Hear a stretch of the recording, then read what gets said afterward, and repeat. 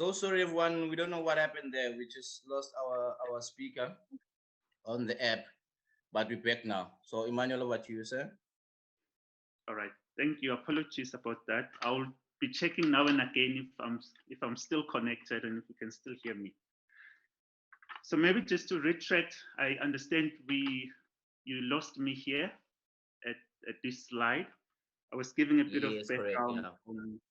on where I was born and talked about my mother being a Masilela in Ndebele in Swaziland, and I talked about my father's side. Uh, then went on to talk about my uncle and where I grew up. So I mentioned that from my father's side, my grandmother, who I never met and only knew about her later on, was born in Witbank in Malahleni, Mpumalanga province. And then my grandfather and my grandmother divorced, and after the divorce, my father then migrated back to Swaziland, and then my other uncle stayed in Mpumalanga. So that's how I got to be born in Swaziland. And then my uncle was a prominent member of the community. He was trained as a policeman that turned to be an entrepreneur.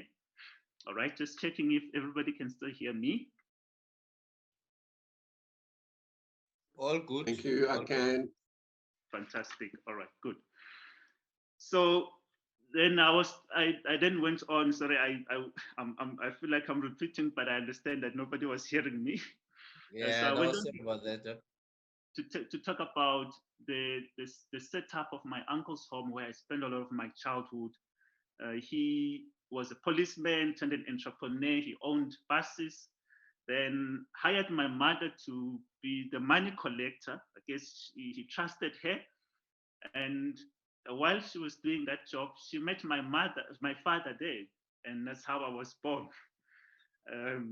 Then my uncle also then went to other businesses. The buses didn't work, and then he bought a truck and started selling sand and stone to local construction companies in the area. He would then, when he was repairing and maintaining the truck, he would always call me along, and I would pass the spanner and work with him. But I never really got to learn anything about being a mechanic. So please don't ask me to help. That never stuck with me.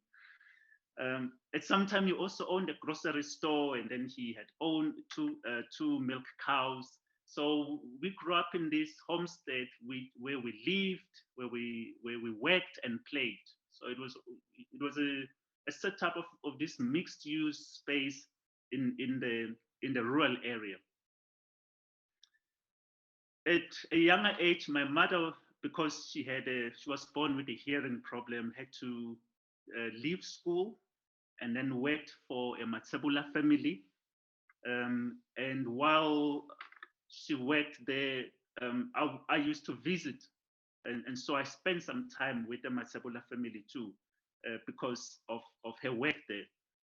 The head of the family was Jason Matsebula, who was a historian and an author, and actually was part of the delegation that negotiated the independence of Swaziland from the British. So it was another setup where I spent part of my life.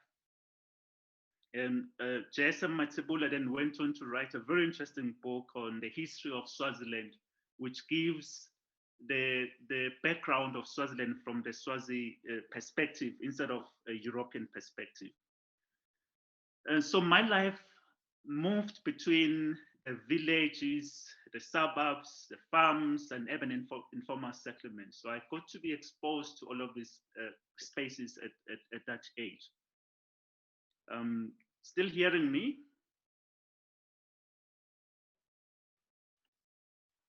Yes, we can. Good. All right. Okay. Yes, I'll yes, just you sort can, of man. now so that because I'm not able to see the screens and Yeah. since I'm sharing the No, I presentation. think everything is going well now.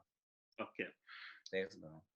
So every morning in the village, we will board a bus to school, and that bus leaves early in the morning. If you miss that bus, it means you'll have to walk to school for something about 2 hours. And that meant when you get to school, you might get shamboked because you'll be late. So you had to be punctual in terms of making sure that you don't miss that bus. And that bus, for some reason, almost always kept the time. So if you don't show up there, it's your own business. You'll miss it.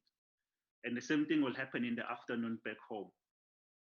And in the bus, what was interesting is that as young kids, it was a rule that if you found a seat first and an elderly person comes and they need a seat, or all the seats are checking, you'll have to stand up for that elderly person. So those were social norms that were part of our community. And you wouldn't pass someone, if you pass someone by the road, you'll have to greet that person.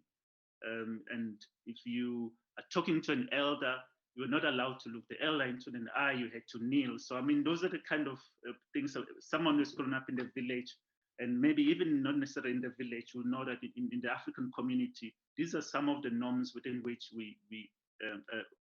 the way that we're brought up. Then I then went on, or earlier on, I was talking about this slide, how we built Granny's hut in my uncle's home. Most of the memories that I'm talking about here, especially in the rural setup, were in my uncle's home. When I remember very well when we were constructing this house, I was still very young then, but my uncle, my cousins, we all went along to the forest and fetched wattle, timber laths that we used to create the dome-shaped structure. So I think for me, that was almost like a first introduction to making buildings and construction. And I watched them bend it in order to form these shapes and then tie it with ropes, and which were knitted from grass. And that's how they then constructed the skeleton of my grandmother's hut. When they constructed this house, I think my grandmother at that time had passed away, and that's what I can remember from my memory, because I was conscious then. Because I'll talk about just now another slide where I did a drawing of her, because I never had an impression of her face and how she looked like when I was young. So I tried to redraw that memory, that childhood memory, because I missed out in really remember. I do remember spending time with her, but never really that memory. But in any case, we built this house. The women will go fetch the grass in the field, and the men will do the structural part. Then the women will then play a part in mostly cutting the grass, and then the men will then go up there and cover the structure with the grass. It was quite a central space in the homestead, because I remember even as a young boy, whenever it was very cold outside, you would walk into this space and it will feel very warm, because the ground will be finished with cow dung just for a bit of waterproofing. And of course, the fact that it's covered with grass, so it had these wonderful insulation properties. And when it was hot outside, you'll go inside and it will be always cooler. So there's a lot of things that happen here. On the left-hand side, that's where the women will sit, and on the right is where the men will sit when there were meetings, and around the fire in the middle.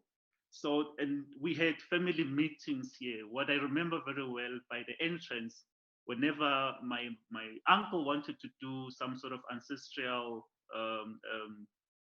ceremony or ritual, they will brew beer and put it by the side there, and they will tell us that the ancestors will come and drink there. The ancestors were in the form of a green snake. There was a particular green snake, and whenever we saw that snake in the homestead, we knew that the ancestors had arrived. So there's a lot of stories and memories one can tell about this house, but it's quite essential, I think, in Franco Franskura's work. I think he does touch on the importance of the granny's hut.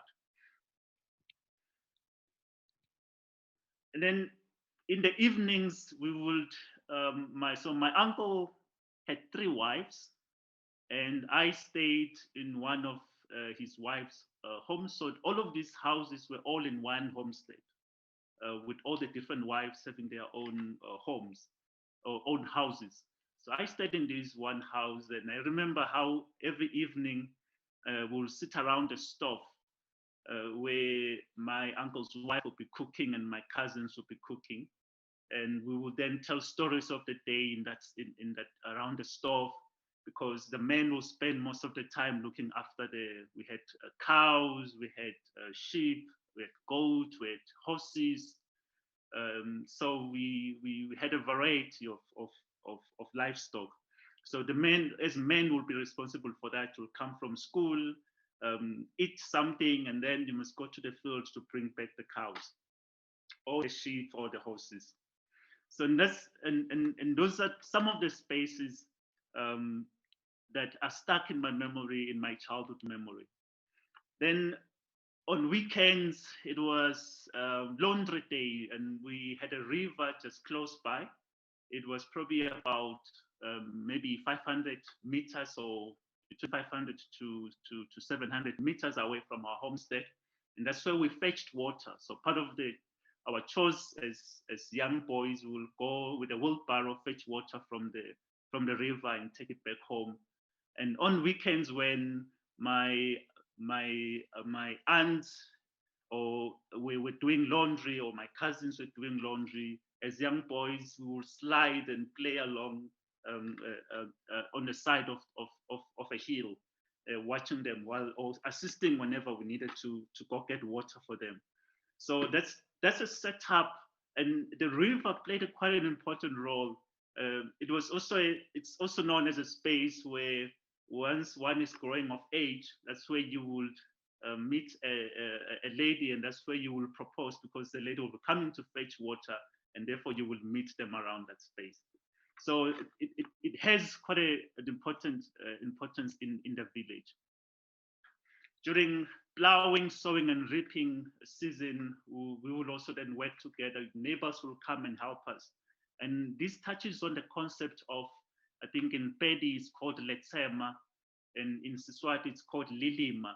And neighbors will come and assist each other during harvest, plowing, sowing, and reaping time. And so I think that's quite an important part that constructed and helped hold the community together.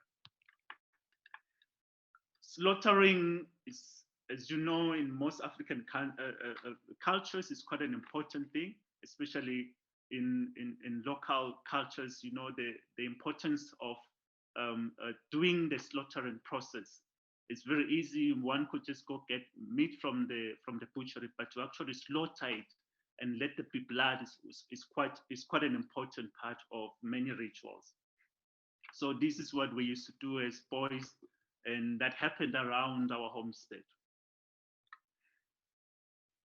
Then quite interesting space or special typology was during the day sitting around a tree under a shade. And that became an important space too. You know, being inside the room was, most of the time you'll go inside the room at night, but most of the activities we spend around the open spaces around the homestead.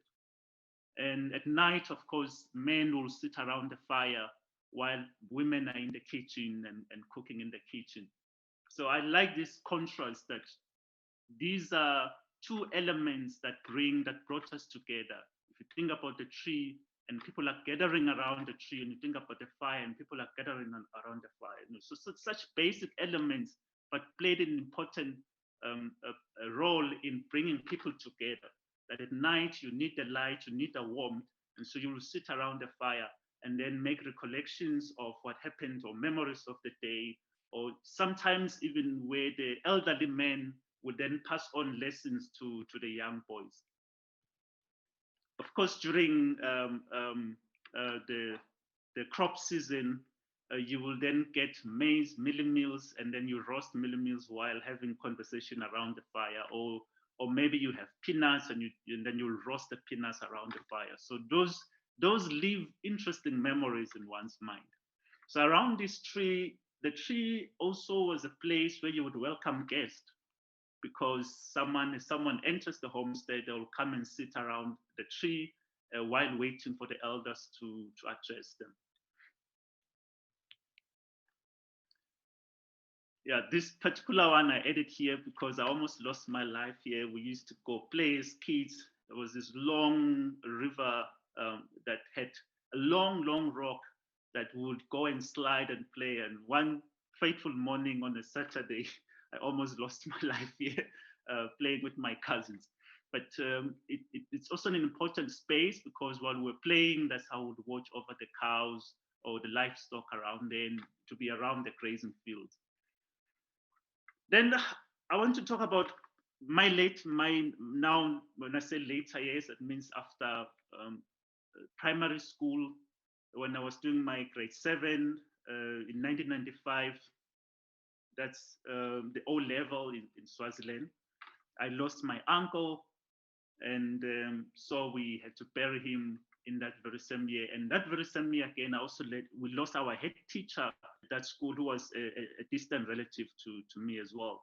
So it was a very difficult year, and it also marked the end of my primary school and start of my high school. I then went to start a high school in Mbabane and lived with a relative. We rented a stick and mud house in Mbabane. Maybe just before I talk about that, let me just quickly talk about the importance of the kraal as a ritual space, and where traditional weddings used to happen, and other rituals, communicating with the ancestors usually happened around the kraal and the value of the kraal. Franco Franscuda said we shouldn't call it the kraal, we should call it a Catholic Bible, because he said the kraal has a negative connotation in the African context. But in any case, that's where it played an important role in all of these rituals that are important. And the question is, I guess, towards the end of my presentation, my search has been, how do you bring along those lessons, those experiences, those childhood memories, and even cultural construct of space in contemporary architecture, in making buildings in urban areas and urban settings? How do we bring those elements without necessarily creating stick and mud houses and thatch or thatch huts? How do we bring along those? I think that's the underlying question that I've been grappling with, and I hope I can shed some light on that today about. So this is kind of my memory of that urban settlement in Mbabane, which mostly the houses were built with stick and mud, with corrugated roof sheeting. So I stayed here with one of my mother's relatives. We all stayed in one room. We cooked, ate, slept, everything happened in one space. So the room wasn't really a primary focus during the day. You'll spend most of the time outside. You still had to go and fetch water somewhere. And so that became the landscape became very important in that sense. Then, while doing high school also, which is very close to Mbabane, so I moved from the village and went to Mbabane, and that's why I had to stay in this urban informal settlement. We used to have these friendly sport games with a school known as Waterford Kamhlaba, which was closer to the school I attended. And apparently that school was designed by Pancho Geddes, and got exposed to it. It kind of, the architecture is stuck with me. And so I still remember those white painted buildings, which was very common with Pancho's work at that time. Yeah, apparently her daughter also studied there, and some of the ANC struggling hero kids also studied there during those days, because it was set up as a non-racial school in those days. I always wanted to be an architect. In one career guidance class, the teacher asked me what I wanted to be when I finished high school. I think by the time I got to high school, I knew I wanted to be an architect. And we did this aptitude test that I really enjoyed the graphic part of it, solving puzzles. And I thought maybe maybe I should really follow this architecture thing. But I'll go back a bit on how I got to know about architecture, because in the village there was the term architecture wasn't really a common term used today, because we always knew that if you wanted to build a house, you don't need to, you get someone who can build. They will actually do some sort of sketch for you. They will say, okay, the house will have these rooms and that spaces, but that was it. And then they will then set up on the ground, set up the foundation, and start building the walls. And that's how they constructed space. Skura, you can still hear me? Loud and clear. Thank you. Fantastic. It's like looking at the world through an architect's eyes, since it's not photographs and sketches. Absolutely love it. Thank you. Thanks. Okay, now the next part I want to talk about how I learned to draw, the importance, my early drawing lessons and importance of traveling. So while in grade, I don't know if I got that image here. I don't have this image here.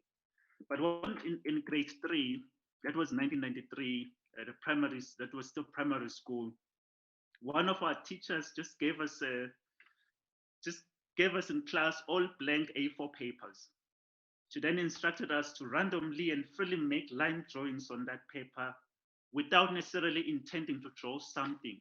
Just take a pen and freely just make lines and draw on that paper. She never explained why we needed to do that. And so mine was a very messy, nonsensical chaos on that paper. But that exercise was liberating for me. It looks like somehow the connection of making a drawing and creativity without necessarily being stuck on, I need to reproduce or represent something.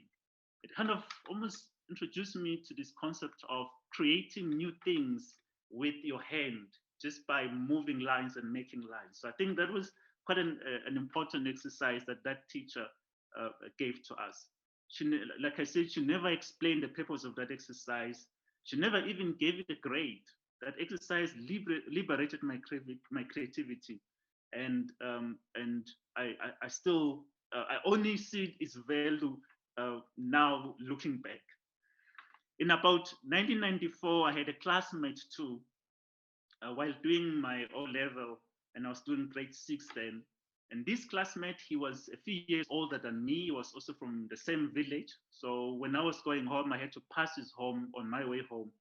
So he befriended me, and then he taught me there was something called architecture. I don't know where he got the term, but the first time I heard about architecture and an architect, I heard it from him. Then he taught me to draw. He showed me his drawings, and then in between classes, we spent time drawing. So when kids were going for a break, sometimes we'll sit together with our exercise books, and he drew houses, he drew buses, he drew cars, he drew cows or livestock. And then I started copying him, and I created my own portfolio. I fortunately lost that portfolio. So we started drawing houses, and we were kind of drawing houses from memory or what we've seen around us. And we'll draw buses. So the buses were quite important because that was a prominent infrastructure in our setup. And cows, livestock, because we were also exposed to that. So it kind of shows you what a village dream is to have houses, buses, cars, and livestock. So that's what we dreamt about, because that's what we saw around us. So at primary school and high school, there were no formal drawing classes. So I really relied on this friend on drawing, and I had a drawing buddy that we did all of this drawing together. So, and he also, because he was a few years older than me, he became my bodyguard. So whenever the bullies were picking on me, he will come and defend me and fight for me.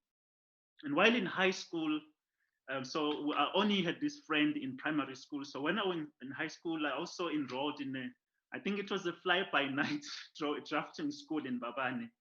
And after school, this guy had a drawing board, and he had an office somewhere in one of the buildings, and he had a drawing board that taught people how to do technical drawing, because I never had technical drawing at school. So I thought if I want to be an architect, I need to learn something about drawing. So I went to this school, I spent a few of my mother's money, but then when I realized there was nothing more to learn from there, I left the school and never went back.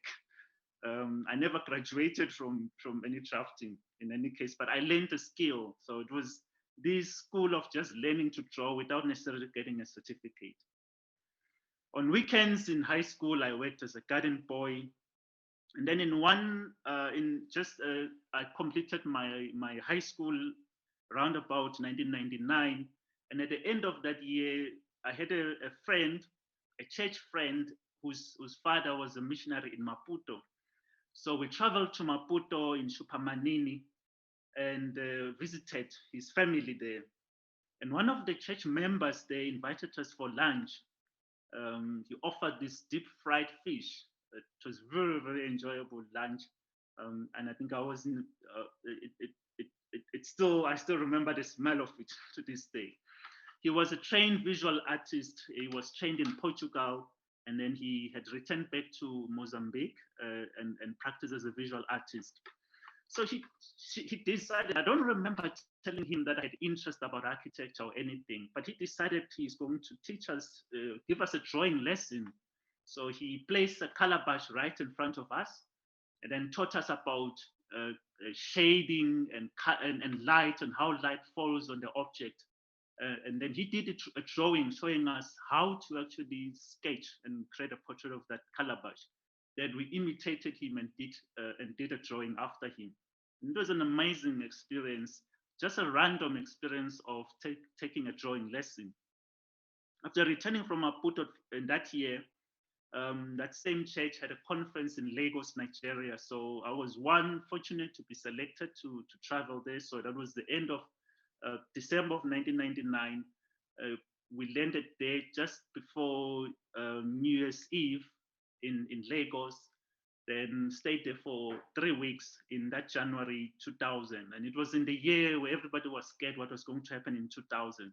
So, but then that also showed me a different way of living in the same continent, because I think this highlights the value of traveling and being exposed to other ways of living. It kind of enriches your creativity as an architect. Though in 1997, I traveled as part of a school trip to South Africa. That was the first time I was out of Swaziland.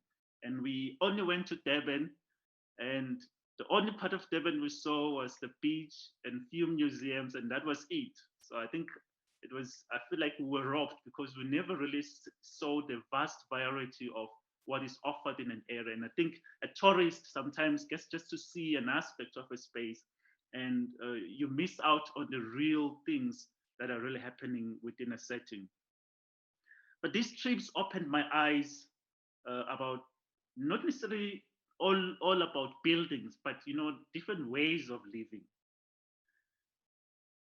And then in the next talk, I'm going to talk about how I almost gave up my dream to become an architect. So at this time, 2000, I had completed my high school, and I was making a decision of what I need to do next. I always told everybody knew I wanted to be an architect, but I had no means of doing that and the opportunities to do that at that time. But the next thing that was available for me, I was accepted to study at University of Swaziland and majored in a Bachelor of Science, which in the first year was generic, and then you will specialize in the second year with a combination of either chemistry and biology, or biology and geography. So you could choose about 6 or so electives that you had to combine together. So, but before I selected mine, I visited the university's physical planner who was an architect. So somebody told me, there is an architect here. If you want to be an architect, go and ask him. His name is Steve Adams. He actually stays a few blocks from me now here in Pretoria. So I sat down with him. I said, I find myself doing BSc, but I really don't like this BSc thing. I want to do architecture. So, but while I'm here, which modules, which electives do you think will best position me to become an architect in the future? So he said, definitely physics. So he already made a choice for me. And then in the next year, in my second year, I then selected mathematics and physics as my major. That's how I then got myself. I think while we were at the university, then the first year we got exposed to using internet. It was the first time I was using a computer, and I used the internet and started looking for schools of architecture. Funny enough, the first school that I wrote them an email was the Bartlett School of Architecture. And they sent me a mail, they'll send me a whole package of their prospectus and their curriculum and application forms. But when I took a calculator and punched all the budget that I would need just to apply, I thought, no, I won't be able to afford this. I would let the England, the UK opportunity go. But it was very encouraging that I could just go to the email, send an email, and someone will reply to me. So I think that kind of gave me the value, I think exposed me to the importance of technology and especially communication. There's a lot of interesting things, studies that shows how with the growth of ICTs or information and communication technologies has brought about or exponential development in different countries. I think it's quite an important infrastructure to have, just to be able to communicate not just with people closer to you, but also with people in any part of the world. And I think we have an advantage in that sense that we live at a time where there's abundance of this. But back then, and this is not just far away, there were no cell phones yet. But at least we were able to use the university's computer labs to access the internet. So I started pursuing my dream and saying, yes, I'm doing maths and physics here, but where can I find architecture? So I found out there's many other places to go to. And by the way, even prior to that, while at high school, we had a library, I think that also emphasizes the importance of some of this infrastructure. There was a library in Bavane, so at high school, we'll go there and study. And they had a section with architecture books. So I went through all of them that I could find there. So I got to read a bit more about this architecture thing and that's why when the teacher was asking me, what do you want to be? I had the lingo and the language of saying, yeah, I want to be an architect. One particular book was explaining how you would approach an architect and buy a house and buy a land and develop a house in South Africa. And it had a beautiful plan of a house there. So I imitated that drawing and redrew it and just wanted to grab everything I could find in that library. I think they had a couple of very interesting books, some of them theoretical, some of them were practical books. But I think in terms of finding schools, so I think the other important thing they also put in the library was prospectus from different universities. So that's how I got to hear about or know about these other universities in preparation for what I was going to do after completing high school. So, but this internet thing really opened up my eyes. I got to instantly send an email and people would reply with something. So it really changed drastically how one would access other opportunities elsewhere. When I found out there was UKZN at that time, it was the first place I applied to, by the way. I filled up my forms. I then took a taxi from Bavane, went all the way to Durban.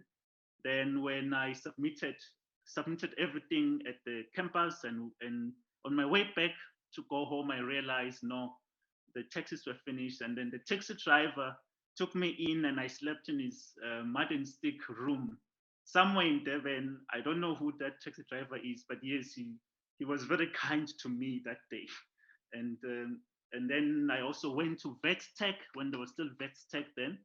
When I arrived at the reception, I taken a taxi from Swaziland all the way to Joburg, then hired a meter taxi.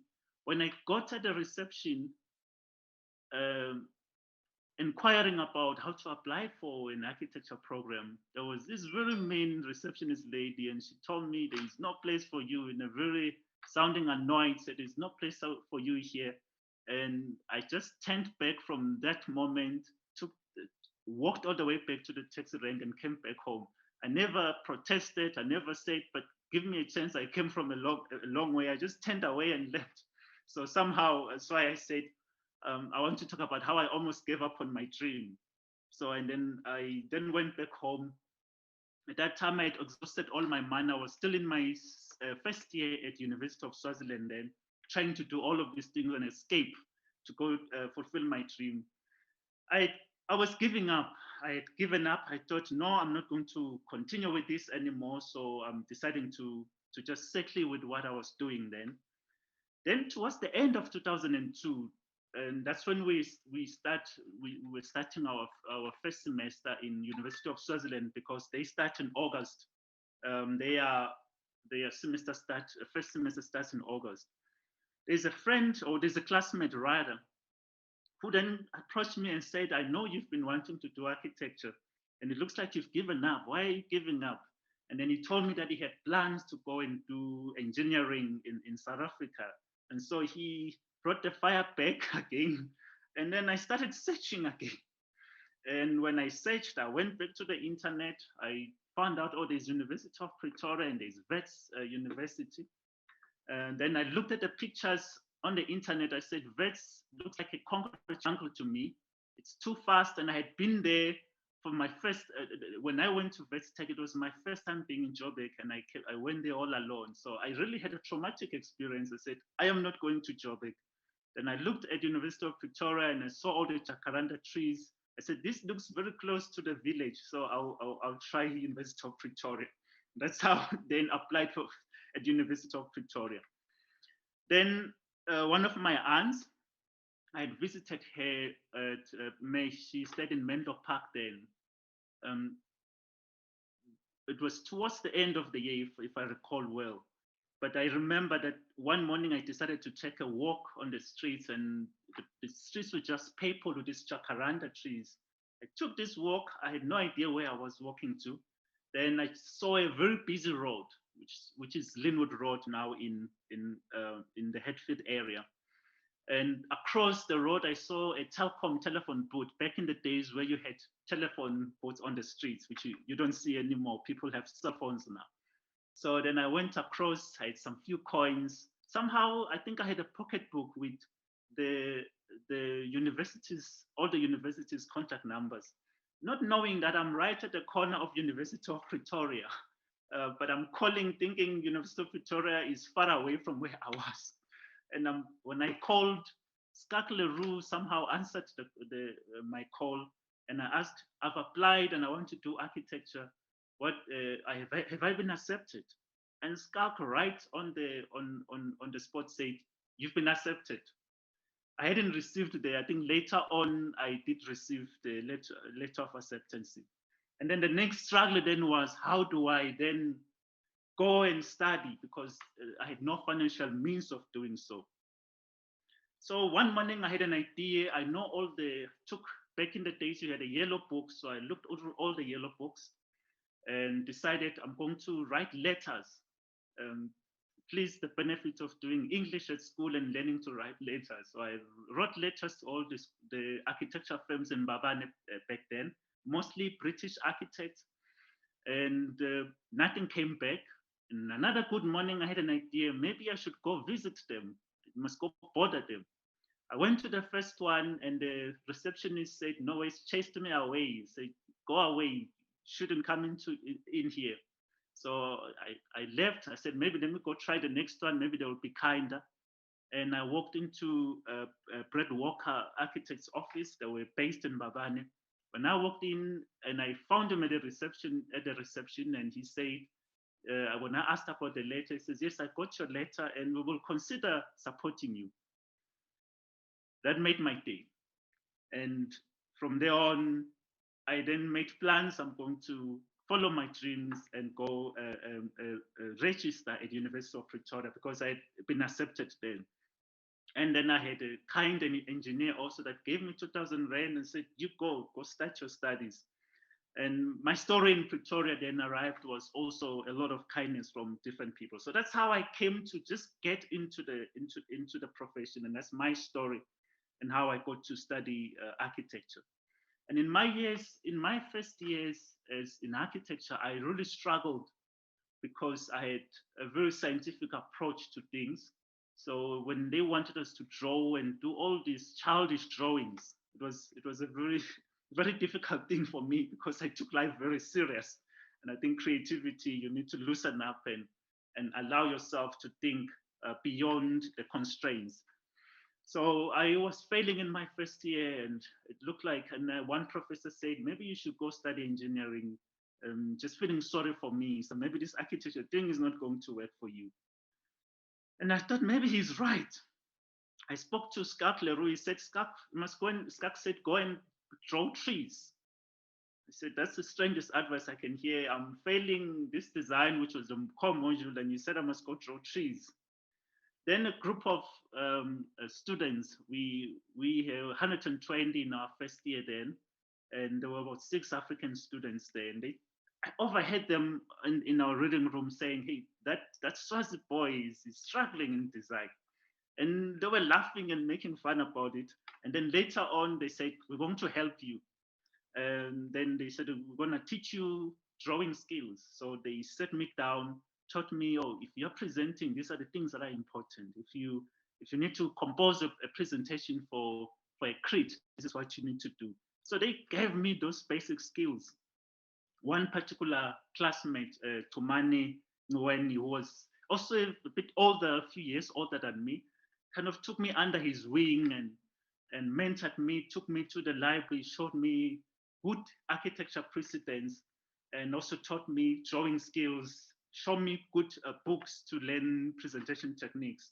So I think those tools are quite important because those are the tools that allowed me to think freely and explore my ideas. So he really showed me the value of presentation, just learning how to communicate your ideas on paper and through drawing. And I'm forever grateful for his kindness to support me. And what he used to do, he used to be able to compose a design from scratch to finish, just using one paper. Okay, just on the last part, I guess in the I guess I still have maybe 20 minutes left. In the last part, I want to talk about, I've talked about how I got into the profession. I'm not going to fill up more details after that, but just referring back to that upbringing and the context within which I grew up, I was always curious about what do I bring along into the profession? What do I bring along? I've learned, we learned a lot about European architecture and how it developed, and maybe touch briefly on African architecture, mostly the ziggurats, the pyramids, the Mesopotamia, that set up the Zimbabwe ruins, all these prominent architecture structures that are still existent today. And that is why for me, discovering the Bokoni ruins really opened my eyes that we still have evidence of some of historic architecture settlements or in African architecture settlements that we can still at least get a glimpse of what they did then. So that has created a search for me of what are those things that we can learn from African architecture and that we can bring into contemporary architectural work. So one of the so what I'm going to show here is it's those things that I've learned, culminating to what we exhibited this year. We're fortunate to be part of the South African Pavilion in the Biennale in Venice, and the work that we presented there, and it becomes a culmination of that search for me, that search for African space, the space that represents and showcases the values or the perspectives of Africans in architecture. I've borrowed again from the works of others that I've looked at. One of the things was in my study, and this also connects to what I did in my PhD at University of Pretoria, which although looked at informal settlements, it really, I spent a lot of time looking at different African homesteads and the special structure around those homesteads. Instead of just getting carried away by the beautiful patterns, which are beautiful, and the color patterns. I was more interested on the structure of the space. Why was a space created? For what purpose? If there's a ritual happening, what kind of space is created for that ritual? So I studied the boundaries or the threshold spaces, the entrances, how you move from one space to another, which kind of summarizes to me how I define architecture. An architect defines how one moves from one space to another. And so with that premise, I did a lot of search of these threshold spaces and discovered different ways of creating boundaries, which you observe in Southern Africa indigenous architecture from what Franco has documented, but you also see it in other African architecture or in other African settlements in different parts of Africa. So there are similarities to some extent, especially sub-Sahara Africa.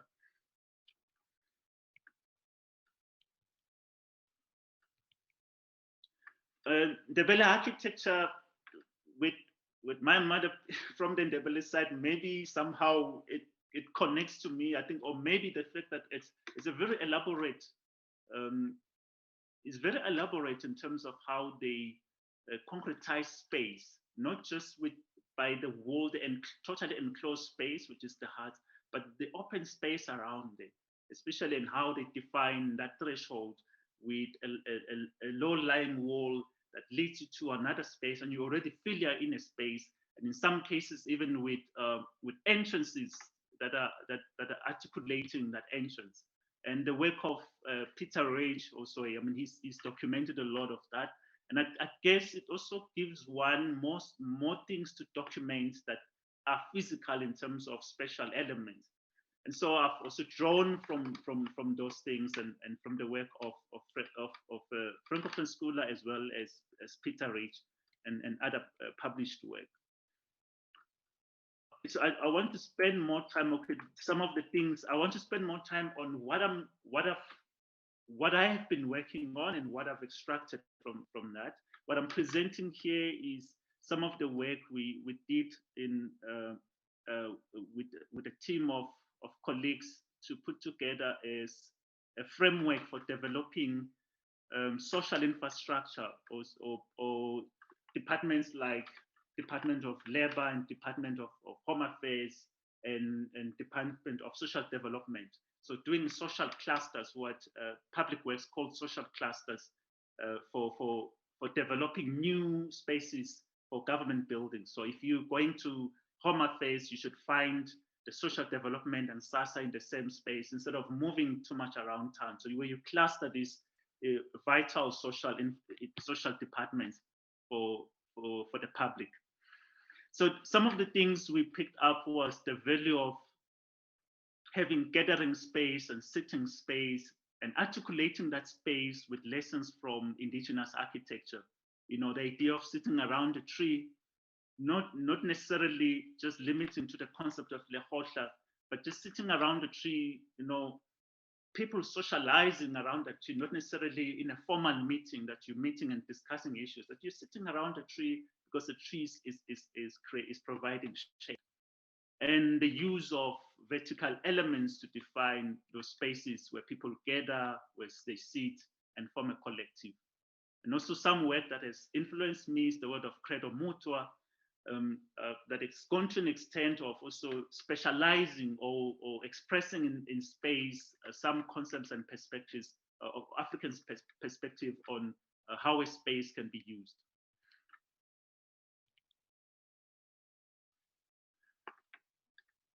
So what I'm showing here is some concept that I drew from that work, you know, around the fire, around the tree, and defining low-lying spaces, creating memorial spaces.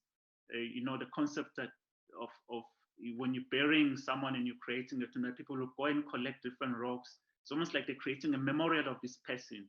That every person takes a stone, and by putting together that stone, you're leaving a memory of the person that you are burying. And how you can also use that and extend it in a different way. Although some of these elements will probably be relevant to a landscape architect, I think they also lend themselves in and how we can create buildings in architecture. And also this value of living well with the environment, which is something you learn from indigenous architecture, how you realize that you cannot just take and take and take from the environment. You need to take and give back in order to create a sustainable built environment. That what we take out of there, what is it that we give back to it? And I mean, the whole idea that indigenous architecture is constructed with materials that can disappear into the ground, and in some cases even enrich the ground in order to create sustainable futures. So those are some perspectives that I've drawn from there. And one important thing is the process of construction, which fascinates me. I talked about how we built the grandmother's house, and that doesn't necessarily only just it's not limited in the construction of those houses. It was also on the maintenance of them. That even the maintenance of it became like a ritual. That in a certain season, before the rainy season, you will go to the mountains if you've got a mud wall, and then you'll collect that type of mud that you've used to come and then refinish and give the house a new face and new colors from whatever soil that you're using, and even create patterns. So it's almost like the process of also doing that. You go as a group, and then you come back as a group again, and you do this maintenance of the buildings. And how can we extend? How can we think of the making of buildings to incorporate some of these rituals? Of course, understanding that these days things are fast-paced, things need to happen much faster. How do we use and combine the advantage of technology to make things faster, and still allow for room for us to celebrate these rituals of what I call building together, making together, this collective making process, which is very important in creating relationship building and social activities, just through the making of a building. So how do we, so that we don't lose these indigenous knowledge systems to the advancement of building, how do we bring along these concepts in contemporary architecture and present day construction methods? So those are the things that have been bothering me. I don't profess that I have found answers, but I think asking the questions and throwing it out there and say, as architects, we can really explore these things. That we shouldn't really settle for what is easy to do, but really do what is difficult to do, because it needs to be done, and it is vital in maintaining our identity as a people, and through the making of buildings, embedding that knowledge, these knowledge systems and buildings. So what I'm showing you now is it's the work that I've presented in the Venice Biennale this year as part of two other curators, Dr. Chaba Mape from VETS and Mr. Stephen Stein, who is my colleague also at TUT. So the section that I presented dealt with, or we titled it as "The Past as the Laboratory of the Future," and it builds on the importance of creating a narrative from indigenous architecture. And we themed it around the Bokoni tribe, a tribe that may not necessarily exist today as a pure tribe, but we have these remaining elements of architecture that we find in the landscape of what they have transferred. And also you see that, especially in Limpopo province and Mpumalanga province, some of the homestays, they still have elements that you find in historic Bokoni architecture. But the work that I presented, I created a folly, a space with no particular function, but drawing from all the special elements I can pick up from the work that I've studied from different homesteads, different houses, the way, especially particularly the way you treat thresholds and entrances, and creating a typology of spaces, a space together, a space to sit, a space to discuss, maybe a space to play and dance, a space to cook, drawing from all of these activities and saying, okay, here are the activities that are in these spaces. When the African people created those homestays and those ritual spaces, they had these activities in mind. How do you how do you conceive a form that may not necessarily be mud and stick and all the materials, the indigenous materials that we have, but still have the elements of what I call an African space. So that was what I presented in the Biennale.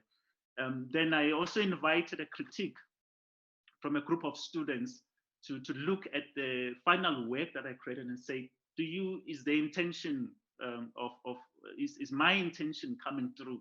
And I think they did give me a very good critique on that, which was very amazing. I think it was a very amazing thing to receive from there. So what you see here is a floor plan of that Foley model. From that side is an entrance, and at that entrance it's raised up. And then you arrive in this space, it's enclosed, it's got an entrance there and an entrance there, but it has sitting around, and part of the roof is open to the sky.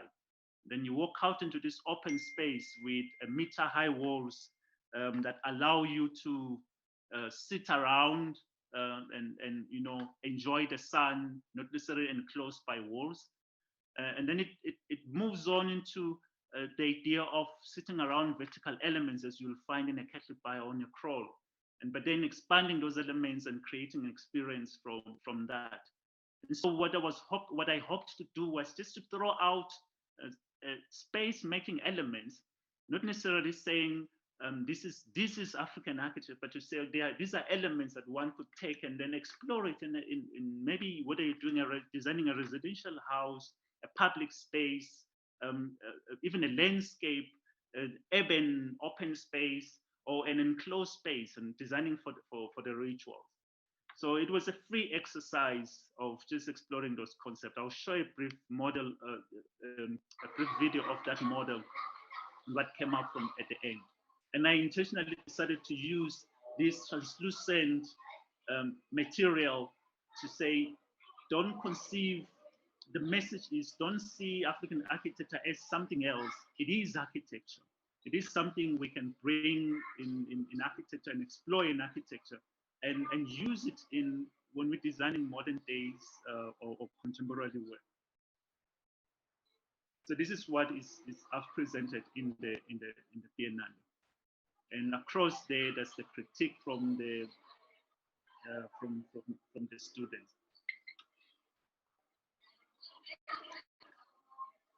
So if you do have a chance to go to the Biennale, it will be up until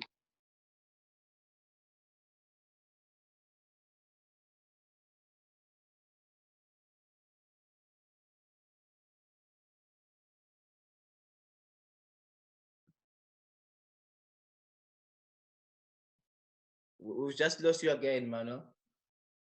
Oh my God. Oh my.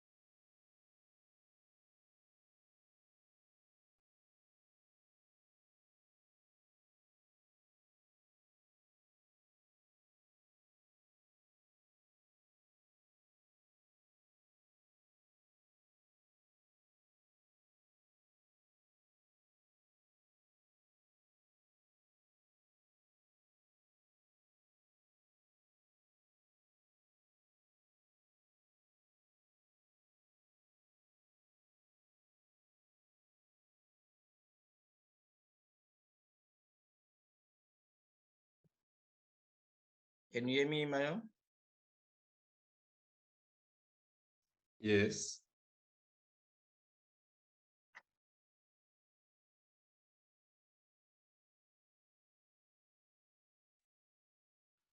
Can you hear me now? Yes, Yes, Emmanuel, yes, that's cool. That's cool. Emmanuel, I think there's a question on how long the exhibition will be on for in Venice. It will be up until the end of November. Okay, great. 2023. Okay. All right. Okay, so I was on my last slide. Okay, great. You go for it. I'll just sit here and we can take questions.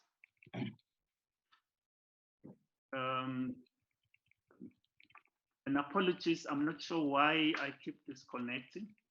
But I've had different problems before, but not this one. Yeah, it's really weird. So yeah. At all. Okay. So yeah, but colleagues, I'm just wrapping up. Just in wrapping up, I guess in my search for this African space, my hope is that we find or we explore the values of what our ancestors have passed to us, and with the perspective that when you go to a village and you see a hut or you see a whole homestead in that sense, which is a construction of space, not necessarily just of a room, but a collection of space, they were not just doing that randomly.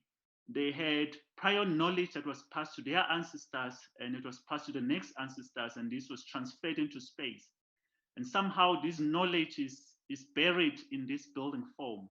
And how do we unpack that and explore it in architecture today, so that we don't say we're going to preserve that in museums and just go visit in cultural villages, but that we say, no, we need to take that further. We need to do something with it as the present generation, so that the next generation can decide what they can do about it, that we interpret it, that we expand it, and make use of it, and to address nowadays problems. So yeah, with that, I'm going to end there and allow for questions. Thank you so much, Emmanuel. It's a pity with the technology. I'm not sure what was happening there. I've never had a situation like this before. But thank you so much. I'm not sure if Amanda Lead is still on the call, but your sketch at the Biennale there is absolutely amazing, and I love how you look at how the economics of how people sit in a space. It is not just a room with furniture. It's a space that has considered economics. And Amanda Lee has done very well at the Morningside Primary here in Durban. Yeah, so I absolutely love that. Talking about Franco Frescura, he actually was supposed to have spoken last, I think, 2 weeks. Unfortunately, he's not well at the moment. And I know you refer to him a lot on some of the studies that you've looked at. The one thing I enjoyed mostly is your architecture and environment at the same time. So there's architecture and landscape, and then there's architecture and trees. I know that there's a question that came through here right now by Kek White. I'd like to answer about how does a village translate into a city. But before we get there, I just want to find out how you feel in terms of how you perceive architecture. It fits into the environment, or how architects have to interact with the environment. You are not celebrating any objects in your discussion. You are not looking at architecture as an object, as a fancy object of whether it's a postmodern with these features and whatnot. You are contextualizing it. You are putting people in it and how they use the space. You're placing it in the landscape on how it could sit. And I just want to find out from you what you feel the importance as architects that we always have to have in our minds when we introduce a building to an environment or a landscape. What do you feel the importance is there? Um, yeah, thank you for the question. I think the first thing is just understanding that it's context, which is what you're alluding to, and that context is layered. What was probably missing, or where there is a gap, is the African narrative of the spaces they've created, and I think we need to hear more of that. What did Africans have in mind when they set up these spaces, and how they related to the landscape? And you definitely need to work with the landscape, because that landscape, within that landscape, they there were things that happened there. There were people that lived there. There were stories. There are stories that are embedded there that you need to unpack in order for you to be able to then introduce something there that relates to that existing narrative in that space.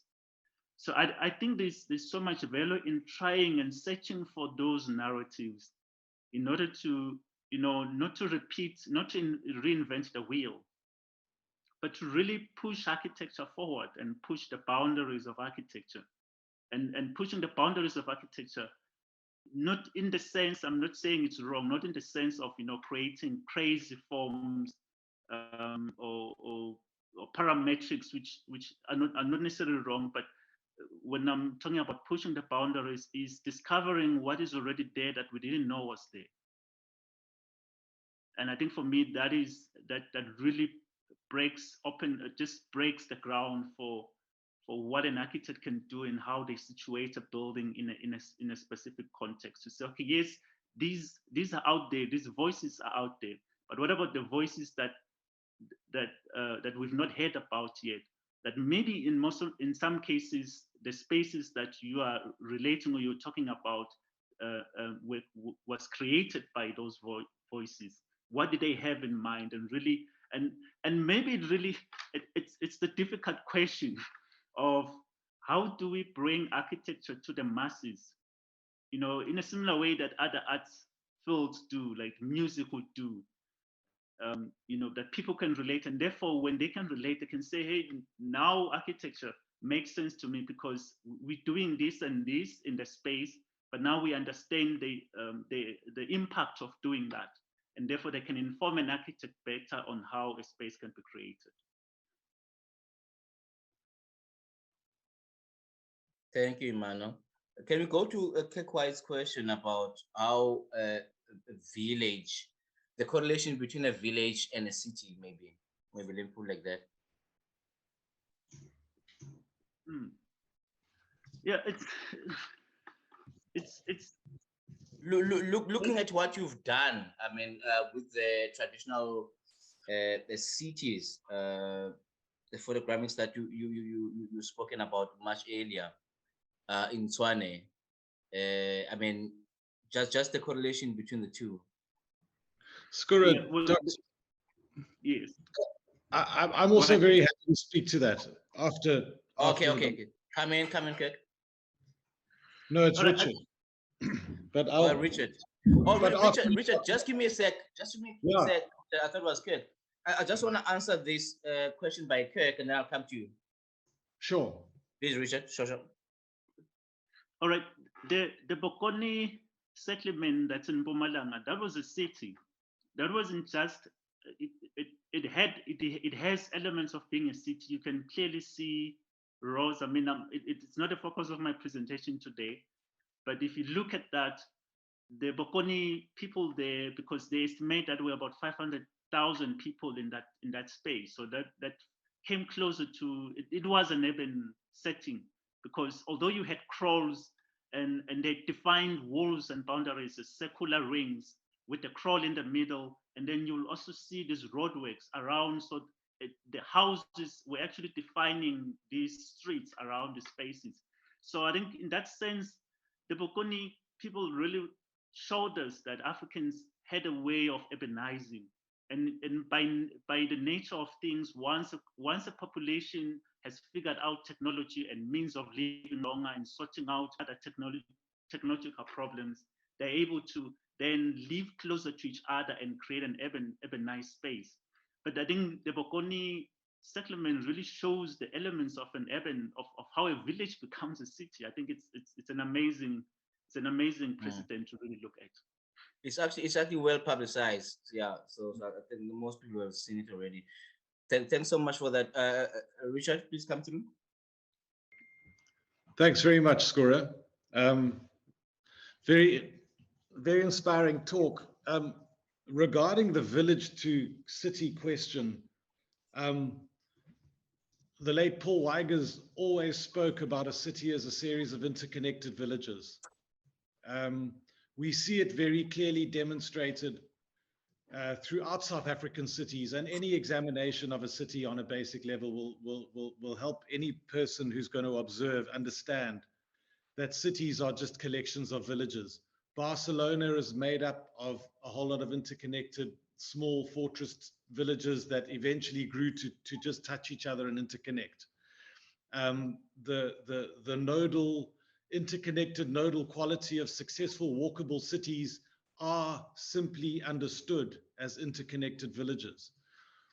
What I find particularly interesting about this talk is twofold. One is the experiential and functional human nature of space, that we don't just design space to work, we design space to enable human behavior. This is borne out in the writings of Hertzberger, Aldo van Eyck. And to see it interpreted and spoken about in ancient learnings, ancient African learnings, is so wonderful. It just immediately connects us through time and space and makes us understand that we are creatures who've lived for a very long time and learned a lot through our experiences of living. Sadly, architecture nowadays gets explained as form and motif instead of experience and function, and much more so experience and deep cultural connection. And it's really great to be exposed to this kind of thing. I think it's vital, because one of the things that I find most difficult to do, and it's something that I talk about when I speak, is form making in architecture.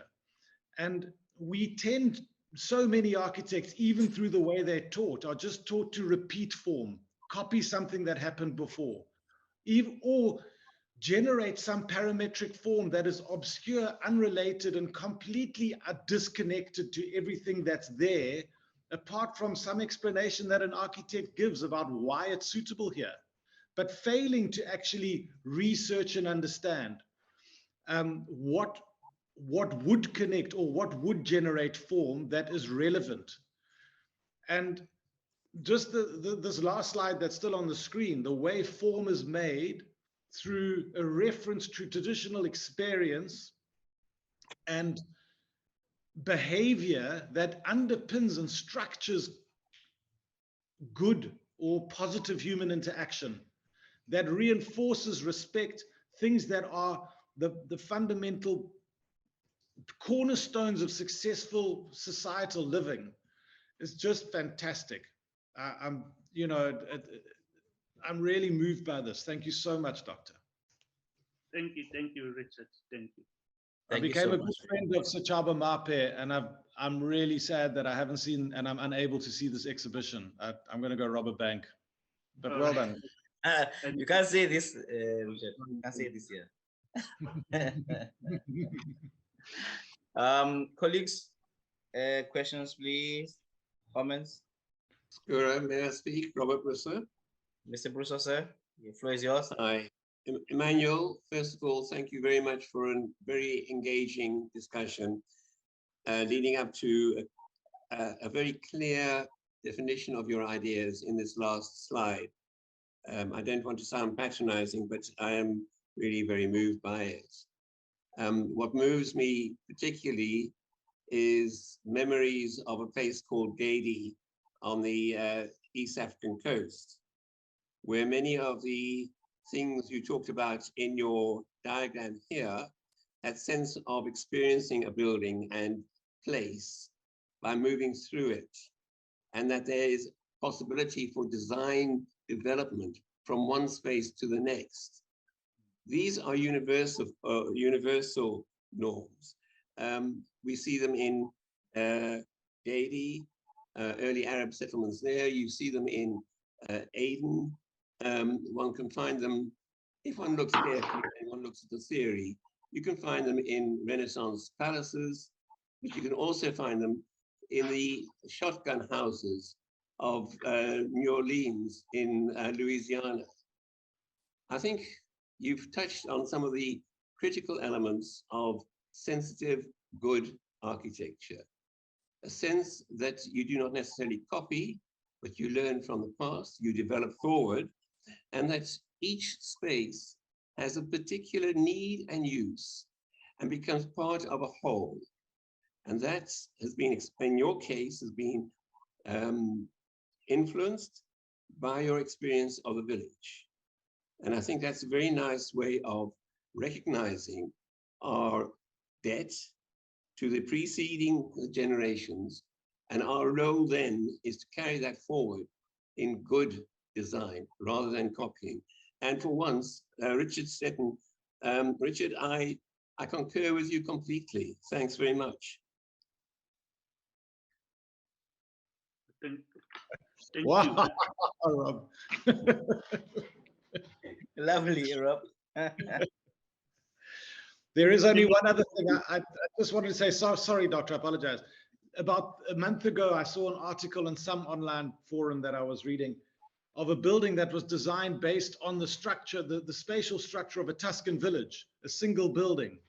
And the way they incorporated public space and private space and interconnected space vertically through a building as a series of experiences and spaces represented or referring to how a Tuscan village actually works. It was an amazing, amazing building to look at. Yeah, what I probably wanted to add, I think, thank you for those comments, Richard. I think what I wanted to add in on the previous comments is, I think that's the message I'm trying to get across, is that this is architecture. When you see, and it's just that, and there's a link that you will find in other cultures and how these spaces are informed from a cultural perspective, use and function perspective, but that this is how architecture is constructed. And we don't have to say there's architecture and then there's this indigenous architecture, that we see this as architecture and bring it to the fore. And I guess the other conversation that's around the table is the concept of decolonization of architecture. And my narrative is, maybe if we stop focusing on decolonizing it and rather just finding its essence of what's in the past, and say, okay, we're not going to try and take what's existing and decolonize it, but take what we haven't explored yet and discover where it want to take us to, and maybe in the process we also discover that there are elements that are universal, there are elements that are unique, and what are those elements and how do we make use of them? But thanks for your comments. Thank you, Emmanuel. Thank you, Rob. Thank you, Richard. I think it was such a rich presentation, Doc. Thank you so much for that. I know that before there's always been discussions on how you can apply the principles of African architecture, and most people have done it in schools and houses. And I mean, in Zimbabwe, the McPierce Eastgate Mall exemplifies exactly what you can do as well. Very large building. So thank you so much for making us reflect into history and into our heritage as Africans. And when I say African, I mean eclectic, something that's mixed, something that's not necessarily one culture or one particular race. So thank you so much. Your parting shots, we've already gone over time.